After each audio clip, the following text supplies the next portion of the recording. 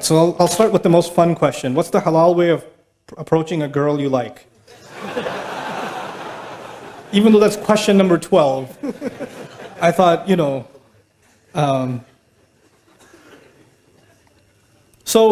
this is more complicated. We've made it more complicated than the Sahaba. So the Sahaba were simple people, and they came from a very rebellious society, where men and women did all kinds of things and nobody cared. And then Islam came. And I want to give you some background here. In Medina, when the Sahaba migrated, the Muhajirun were bankrupt nearly, right? They left everything behind. And Medina was a crazy place. Right now it's Medina Munawwara. But Medina back then was Las Vegas. It was bad. When the Prophet went there, it was not a good place.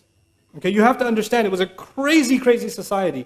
For instance, one of the most common industries in the city of Medina was prostitution. When the Prophet moved there, and the women there were brothels, like prostitution houses, they used to have flags outside their house, that this is a place you can come for those kinds of things. And a companion comes to the Prophet and says, Ya Rasulullah, there's a woman, because he doesn't make any money, he's a muhajir. There's a woman, she makes good money, I'd like to marry her. And what does she do? Oh, well, she's in the... You know what I'm saying? I'm not going to spell it out. And you know why I'm telling you this? Because Sahaba didn't even know that's a bad thing yet. They were also learning, weren't they?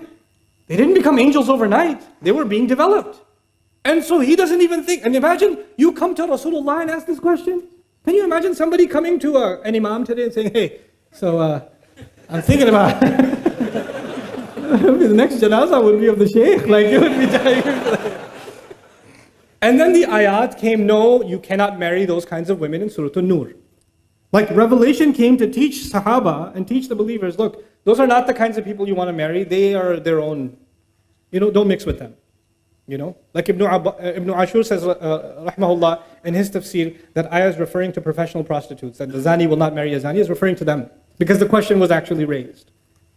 I wanted to bring this up to you because for them, you would think that, if the Sahabi saw a woman from a mile away, he went the other way and made istighfar the whole night. No, it wasn't like that. They interacted with each other, they talked to each other, they worked with each other, they were in business partnerships. All kinds of interactions happened between men and women, but with principles. It was respectful, it was dignified. And when a companion, when somebody liked somebody else, you know what they did? Here's the astaghfirullah part. Here's what they did. Hey, I like you. Want to get married? And she'd say, maybe, talk to my dad. He'd say, okay. And then you go to the dad and say, hey, I like your daughter. And I talked to her, she's not entirely opposed to the idea. Is it cool? And he says, let me talk to my daughter. How this happens today in London is you go to a girl, respectfully, hey, we worked together for 3 years. Would you consider marrying me? And she's like, And maybe she says, please don't talk to my dad, he'll kill me. Because if you talk to my dad, he'll say, this is why you go to work?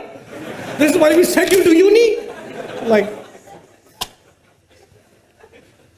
You, fathers, I have 4 daughters. Listen, those of you that are fathers, that have daughters, you sent your daughters to university. You brought your daughters to this country. You made them live here. You took them outside in society. You made that decision. And when somebody a Muslim likes them, that's a good thing. How are they going to get married sitting at home? Who's going to like them?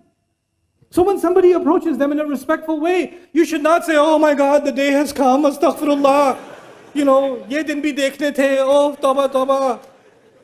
What a humiliation. Now we have to go take you back into Bangladesh and hide you in a village somewhere because some guy likes you. Astaghfirullah. And there's somebody's doing ruqya on her, and calm down. It's okay. Somebody likes your daughter, that's a good thing. Now go and investigate, find out. It's completely fine. The only rishta mentioned in the Quran, the only approach mentioned in the Quran is that of Musa alayhi salam in Madian. He was by himself. Musa was by himself. And these girls were by themselves working outside. And he went up to them and helped them out. And the girl said, he's kind of nice. And she went back to her dad and said, hire him. Which means, come on, dad. You know. And that happened. And the girl said, I like the guy. That's actually what happened in the story of Musa. Musa didn't propose, the girl proposed. And the father can't propose unless he has the approval of his daughter. So it's okay for your girls to say, Dad, there's this guy, this brother at the MSA, yeah? He's a Thursday halakha. It's really good, you should come. Your daughter's telling you something. It's okay, go attend the halakha. It's okay, find out. Don't complicate this. There's nothing indignified about that.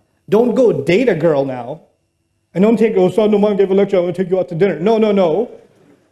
Not that either. But can you have respectful interaction with someone you're interested in for marriage? Absolutely.